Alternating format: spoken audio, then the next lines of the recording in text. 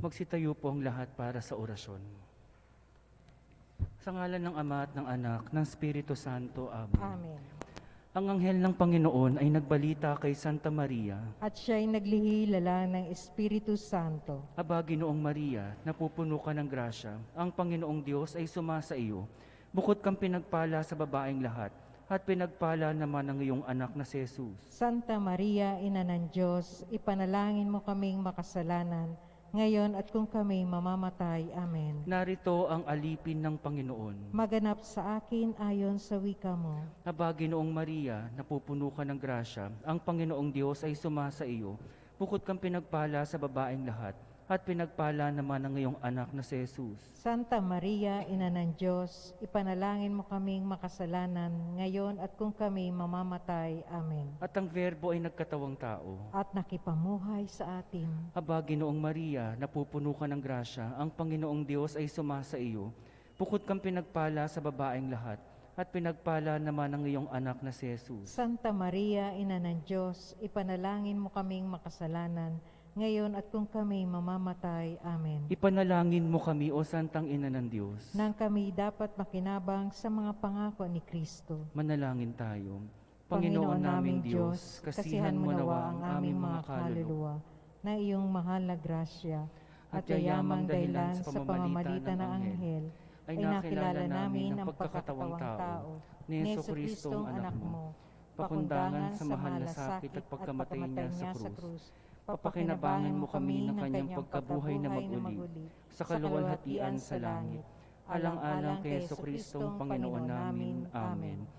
Luwalhati sa Ama, sa Anak, at sa Espiritu Santo. Kapara noong unang-una, ngayon at magpakailanman, magpasawalang hanggan. Amen. Luwalhati sa Ama, sa Anak, at sa Espiritu Santo. Kapara noong unang-una, ngayon at magpakailanman, magpasawalang hanggan. Amen. Sabay po ang lahat. Luwalhati sa Ama, sa Anak, at sa Espiritu Santo.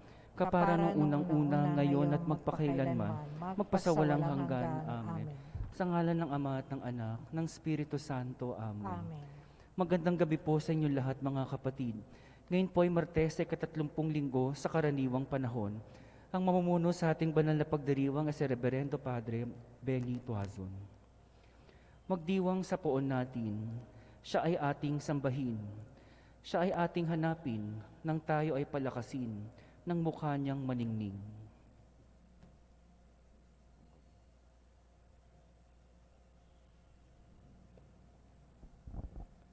Sa ngalan ng Ama, ng Anak at ng Espiritu Santo, Amen. sumainyo ang Panginoon.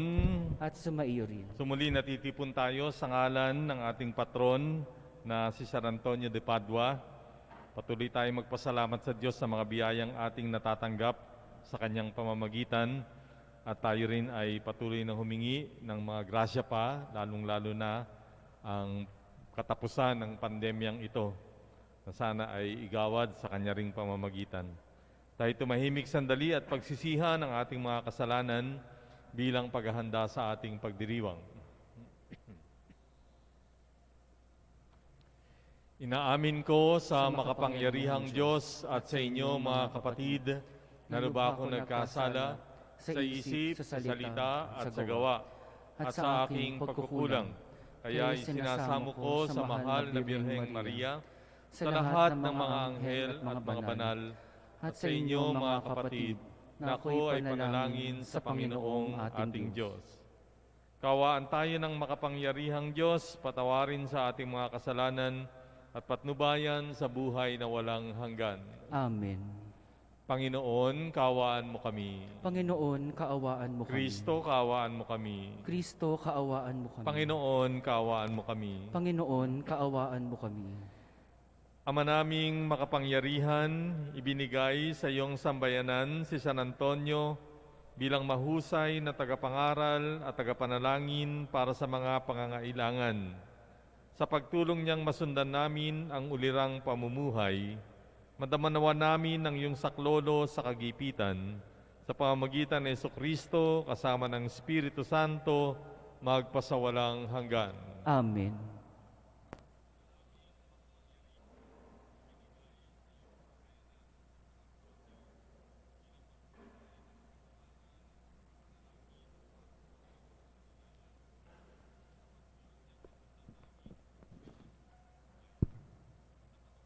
Pagbasa mula sa sulat ni Apostol San Pablo sa mga taga-Efeso. Mga kapatid, pasakop kayo sa isa't isa, tanda ng inyong paggalang kay Kristo. Mga babae, pasakop kayo sa inyong asawa tulad ng pagpapasakop ninyo sa Panginoon. Sapagkat ang lalaki ang ulo ng kanyang asawa, tulad ni Kristo na siyang ulo ng simbahan, na kanyang katawan at siyang tagapagligtas nito. Kung paanong nasasakop ni Kristo ang simbahan, gayon din naman, ang mga babae dapat pasakop ng lubusan sa kani-kanilang asawa. Mga lalaki, ibigin ninyo ang inyong asawa, gaya ng pag-ibig ni Kristo sa simbahan. Inihandog niya ang kanyang buhay para rito, upang ang simbahay italaga sa Diyos, matapos linisin sa pamamagitan ng tubig at ng salita.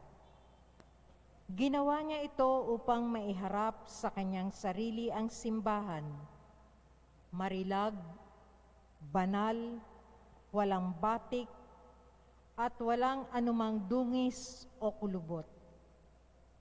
Dapat mahalin ng mga lalaki ang kani-kanilang asawa tulad ng sarili nilang katawan.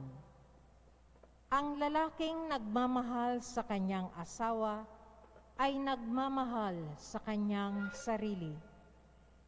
Walang taong namumuhay sa sarili niyang katawan, bagkus ito'y pinakakain at inaalagaan, gaya ng ginagawa ni Kristo sa simbahan. Tayo'y mga bahagi ng kanyang katawan.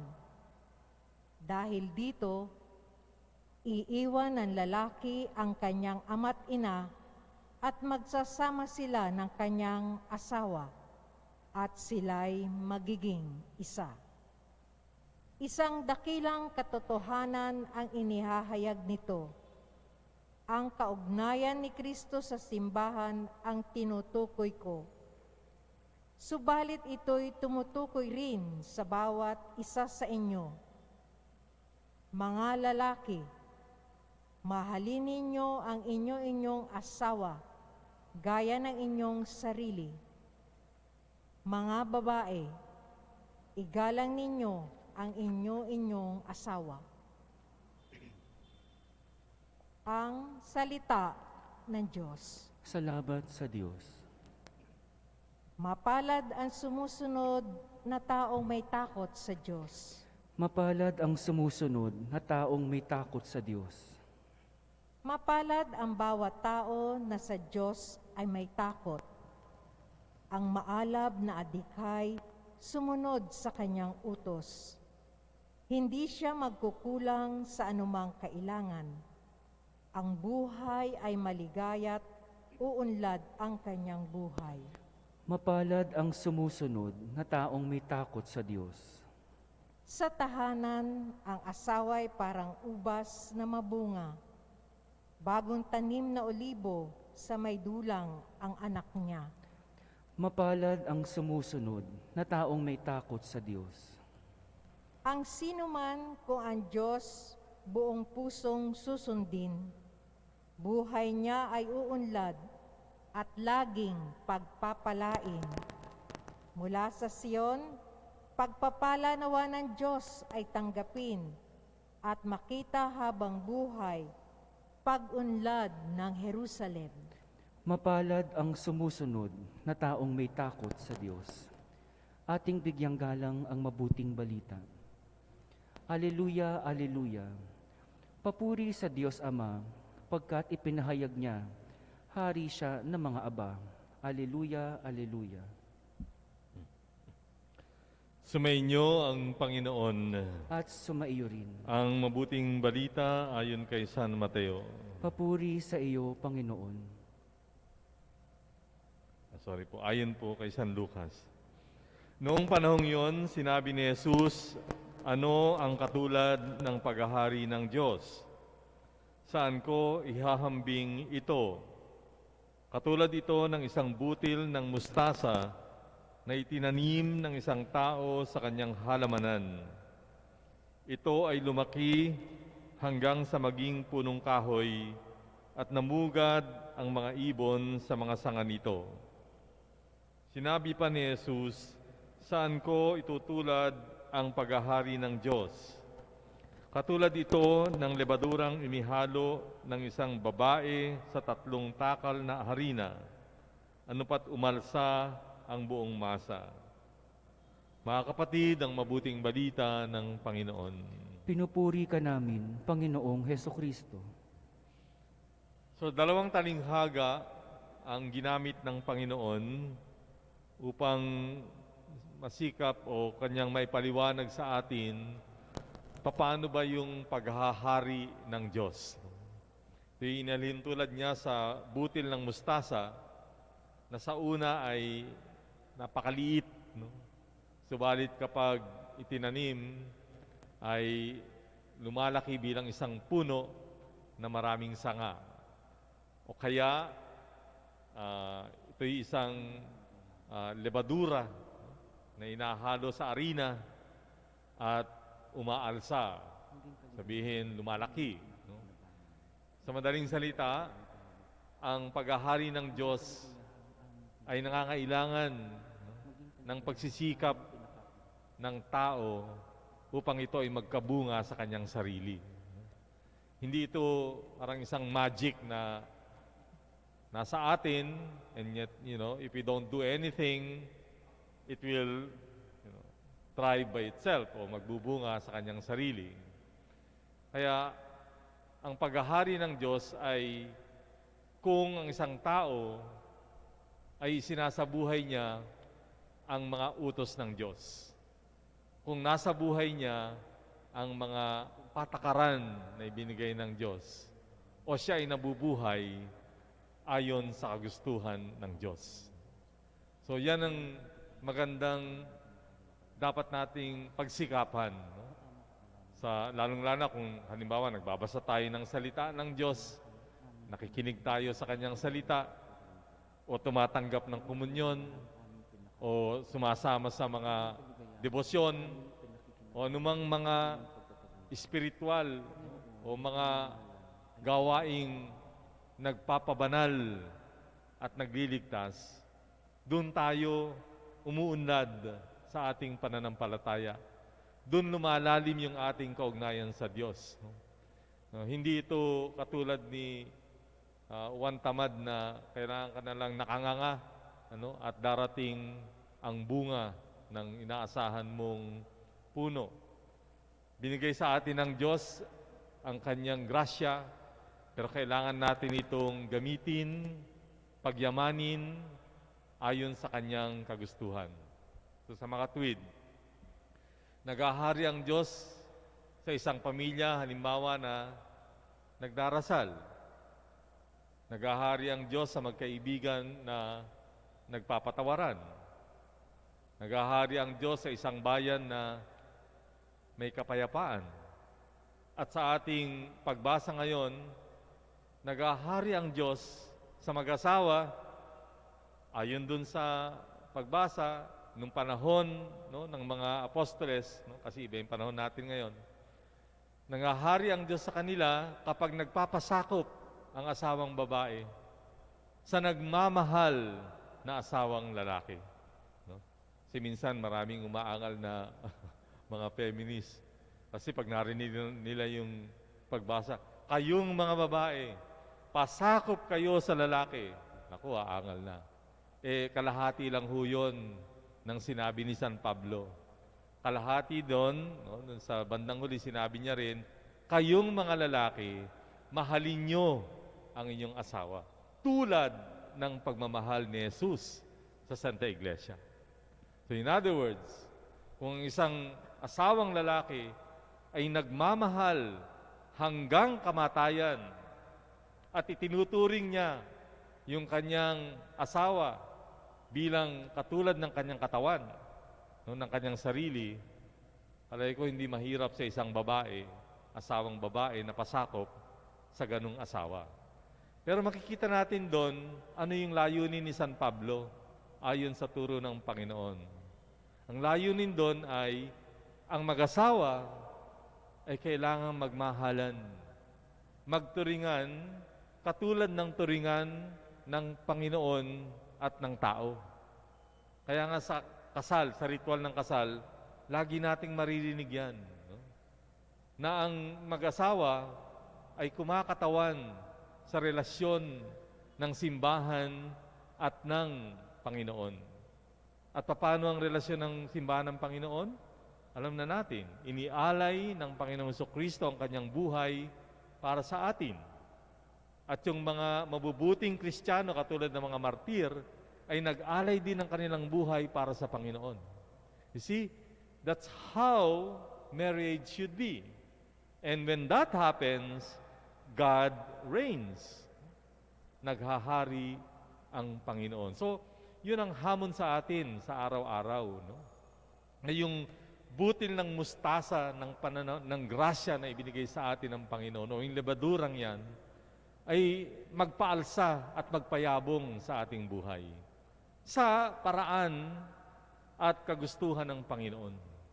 At yun ay kung ating isasabuhay lahat ng kanyang utos at ang ating buhay ay may pattern ay ating may lalagay ayon sa bunga na kanyang gusto. Pagka ganon, sasabi natin na naghahari ang Diyos sa ating buhay. At pagka naghari ang Diyos sa ating buhay, ang ating mararanasan ay ang kagalakan at kaganapan ng kaharian ng Diyos.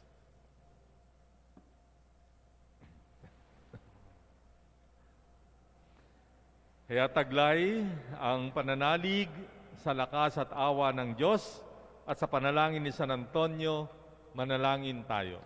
Ama, pinupuri ka namin dahil sa pagkakaloob mo kay San Antonio ng kabanalan mula pa sa kanyang pagkabata. Hinihiling namin ang gayon ding biyaya para sa aming kabataan. Kasihan sila ng katatagan ng loob sa kanilang pamimintuho sa iyo. Banal na pakikitungo sa tao sa pamamagitan ng kanilang kalinisan, taus-pusong paglilingkod, matamang kaalaman ng iyong aral at tapang na isakatuparan ito. Para sa Santo Papa Francisco, sa aming tagapangasiwa Broderick, sa mga obispo at mga pari, upang paglingkuran lagi ang kabataan, manalangin tayo sa Panginoon. Panginoon, sa panalangin ni San Antonio, dinggin ang aming pagsamo. Para sa mga pinuno ng mga pamahalaan, upang ipakita ang kanilang malasakit para sa kalusugan ng bayan, paghubog at pag-akay sa kabataan, manalangin tayo sa Panginoon. Panginoon, sa panalangin ni San Antonio, dinggin ang aming pagsamo. Para sa mga tagapagturo sa buong sanlibutan, upang lagi nilang magunita na ang buhay ay isang biyaya ng Diyos na dapat ituro sa kanilang mga estudyante. Manalangin tayo sa Panginoon. Panginoon, sa panalangin ni San Antonio, dinggin ang aming pagsamo. Para sa aming mga profesional, upang maging huwara ng katapatan, kalinisang budhi, tapang at kakayahan sa kabataan, manalangin tayo sa Panginoon. Panginoon, sa panalangin ni San Antonio, dinggin ang aming pagsamo. Para sa aming kabataan na magiging pinuno ng simbahan sa darating na panahon, manalangin tayo sa Panginoon.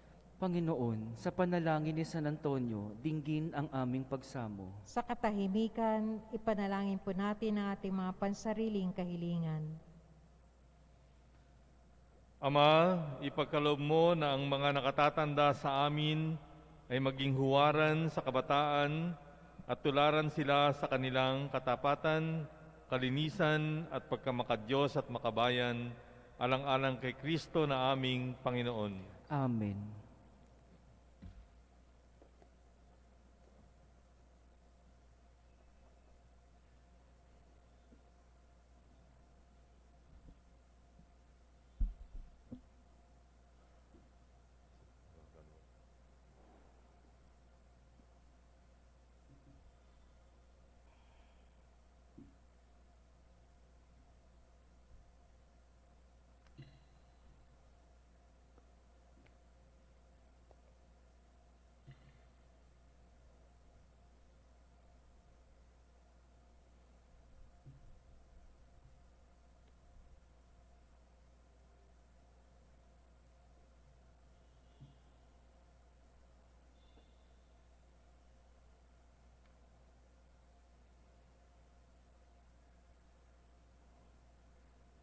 Manalangin kayo, mga kapatid, upang itong ating paghahain ay kalugdan ng Diyos amang makapangyarihan.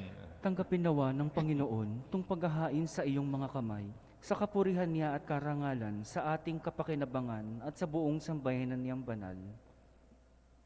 Ama naming lumikha, ang paghahain namin ngayong si San Antonio ay ginugunita, ay kalugdan mo nawa at bilang tugon sa kanyang itinurong kaalaman, ikaw ngayon ay aming pinupuri at pinasasalamatan sa pamamagitan ni Jesucristo kasama ng Espiritu Santo magpasawalang hanggan.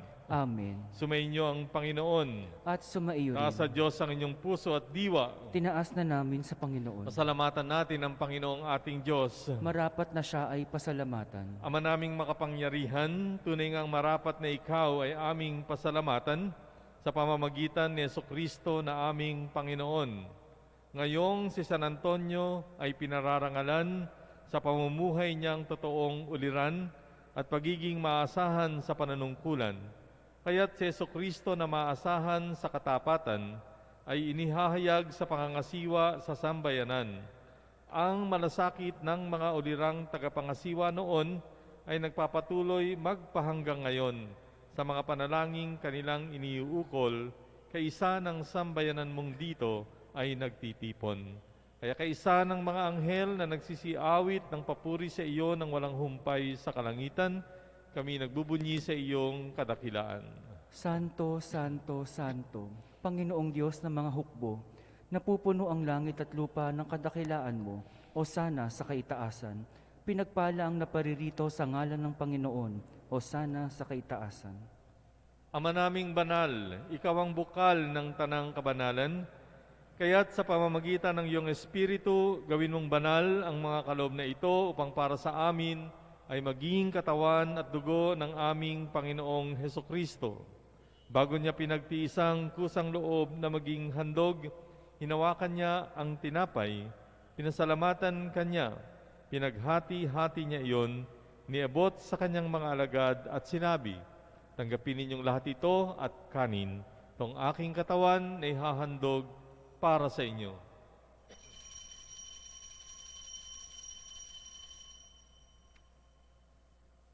Gayun din naman, nang matapos ang hapunan, hinawakan niya ang kalis, muli kanyang pinasalamatan, niabot ang kalis sa kanyang mga alagad at sinabi, tanggapin ninyong lahat ito at inumin, tong kalis ng aking dugo, ng bago at walang hanggang tipan, ang aking dugo na ibubuhos para sa inyo at para sa lahat, sa ikapagpapatawad ng mga kasalanan. Gawin ninyo ito sa pag-alaala sa akin.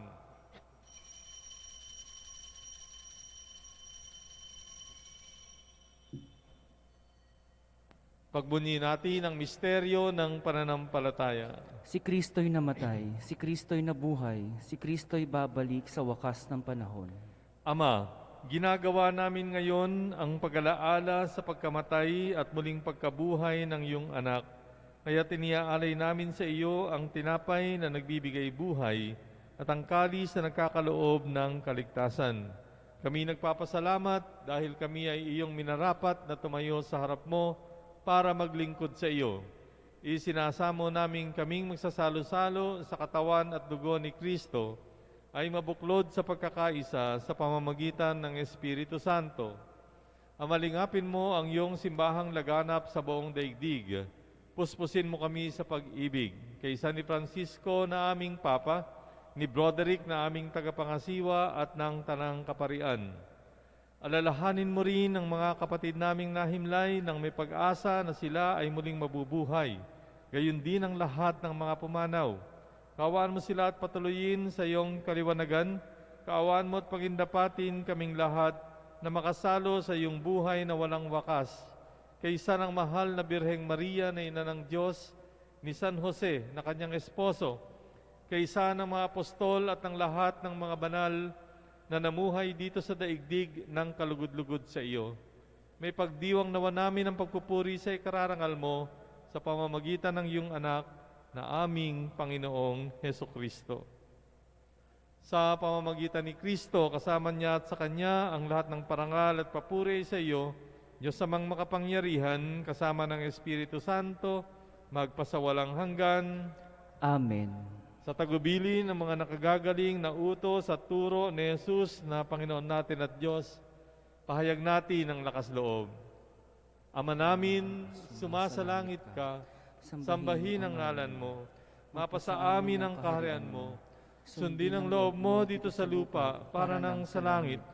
Bigyan mo kami ngayon ng aming kakanin sa araw-araw. Patawarin mo kami sa aming mga sala, para nang pagpapatawad namin sa nagkakasala sa amin. Huwag mo kaming ipaintulot sa tukso at iadya mo kami sa lahat ng masama. Hinihiling namin na kami ay iadya sa lahat ng masama, pagkalooban ng kapayapaan araw-araw, iligtas sa kasalanan, ilayo sa lahat ng kapahamakan, samantalang aming pinananabikan ang dakilang araw ng pagpapahayag ng tagapagligtas naming si Jesucristo. Sapagkat iyo ang kaharian at ang kapangyarihan at ang kapurihan magpakilanman. Amen. Panginoong Jesucristo, sinabi mo sa iyong mga apostol, kapayapaan ang iniiwan ko sa inyo, ang aking kapayapaan ang binibigay ko sa inyo. Tunghayan mo ang aming pananampalataya at huwag ang aming pagkakasala. Pagkalooban mo kami ng kapayapaan at pagkakaisa ayon sa iyong kalooban, kasama ng Espiritu Santo, magpasawalang hanggan. Amen. Ang kapayapaan ng Panginoon ay sumainyong lahat. At sumaiyo rin. Bigayan kayo ng kapayapaan sa isa't isa.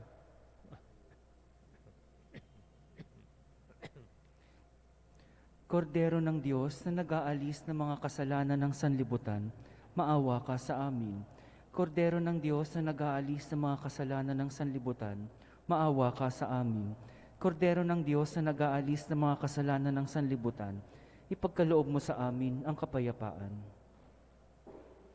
Mga kapatid, narito ang ating Panginoong Jesucristo, ang kordero ng Diyos na nag-aalis ng mga kasalanan ng sanlibutan. Mapapalad ang mga inanyayahan sa kanyang piging.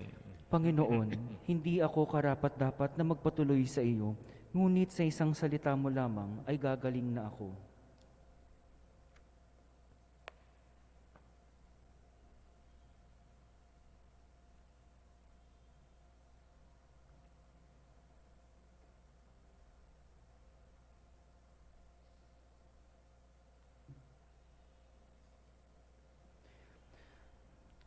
Magiging kaligayahang aming pakikinabangan ang iyong pagtatagumpay. Panginoon, ang iyong ngalan ay aming papurihan. Komunyon Espiritual. Aking Jesus, nananalig akong ikaw ay nananahan sa pinakabanal na sakramento. Mahal kita ng higit sa lahat ng bagay at nais kong tanggapin ka sa aking kaluluwa. Subalit sa sandaling ito, ikaw ay hindi ko matatanggap sa banal na komunyon. Naway tanggapin kita ng espiritual sa aking pagnanais na ito at pumasok sa aking puso. Niyayakap kita na parang naririto ka sa akin at pinagkakaisa ko ang sarili sa iyo. Huwag hayaang mawalay ako sa iyo. Amen.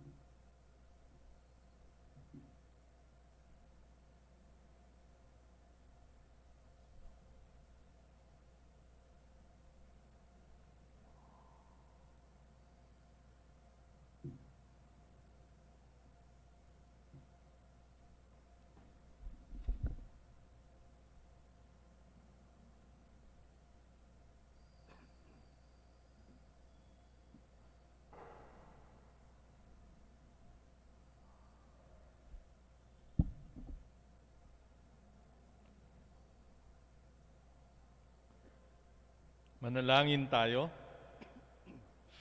Ama naming mapagmahal, kaming nagsalo-salo sa bumubuhay na pagkaing si Kristo, ay paturuan mo sa gurong si Kristo upang sa pagunita namin kay San Antonio, kami matuto ng maasahang katotohanan mo at sa pag-ibig ay magampanan namin ito sa pamamagitan din ni Jesucristo, kasama ng Espiritu Santo, magpasawalang hanggan. Amen. Magsiluhod po ang lahat at dasalin natin ang Oratio Imperata laban sa COVID-19 virus.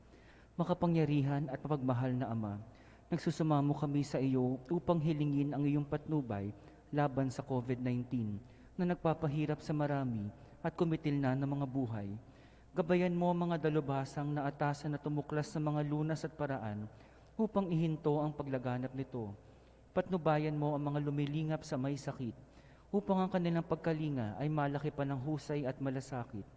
Itinataas namin ng mga nagdurusa, makamtan nawa nila ang mabuting kalusugan. Lingapin mo rin ang mga kumakalinga sa kanila. Pagkamitin mo ng kapayapaang walang hanggan ang mga pumanaw na. Pagkalooban mo kami ng biyaya na magtulong-tulong tungo sa ikabubuti ng lahat.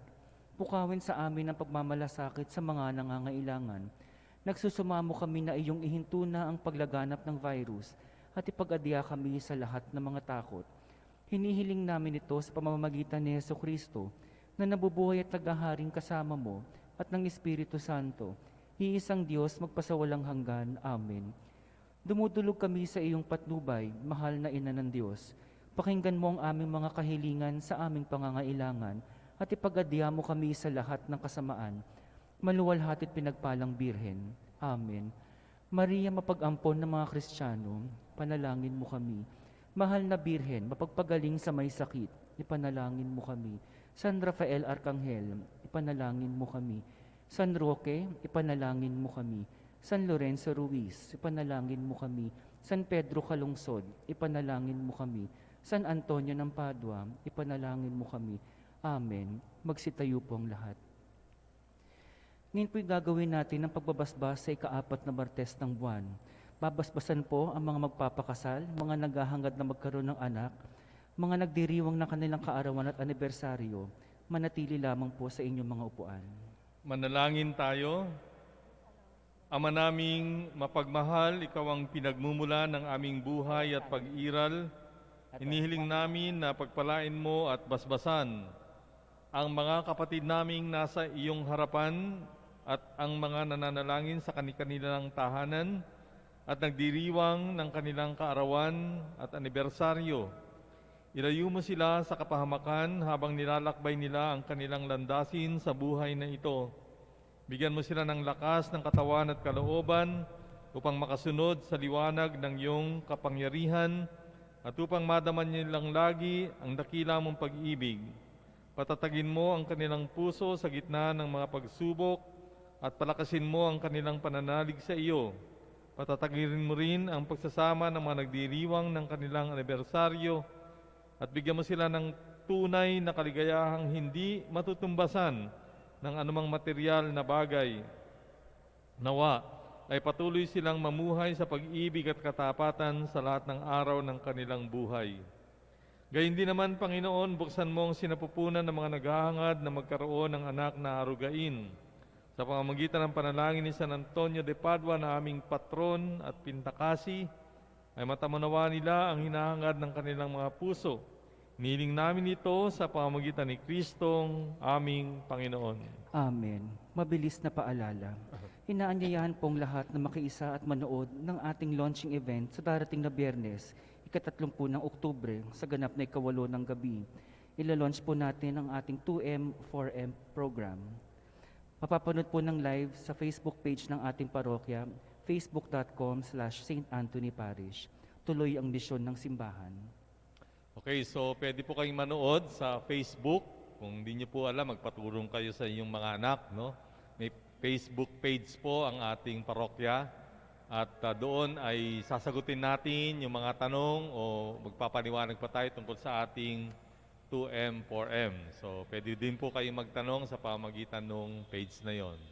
So magkakaroon po tayo ng live na programa dito, pero kayo nasa inyong mga tahanan sa pamamagitan ng inyong mga computer. So Sana po ay manood kayo at nang sa gayon mas matuto pa kayo sa nilalayon ng ating fundraising. Additional announcement po, sa November 1, hindi tayo pwedeng pumunta sa sementeryo. Inaanyayahan namin kayo na magmisa dahil yun naman ay linggo. So, meron po tayong additional na mass, 12:15. Yan, 12:15 po. Bukod dun sa 7, 8:30 at saka 10 a.m. Meron po 12:15. Tapos susunod po ay 3 o'clock ng hapon, 4:30 at alas 6 ng hapon. So, pwede nyo pong yung dali ng inyong pamilya para dito manalangin sa simbahan, panalangin natin yung ating mga kapatid na namatay. Sumayin niyo ang Panginoon. At Palain sumayin. kayo ng makapangyarihang Diyos, Ama, Anak, at Espiritu Santo.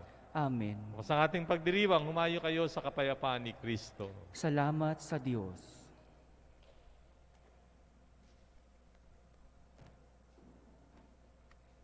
Nabulol ako rin sa ano. Parang sabi ko, parang may kulang. Dinagdagan ko na lang. Buti na lang na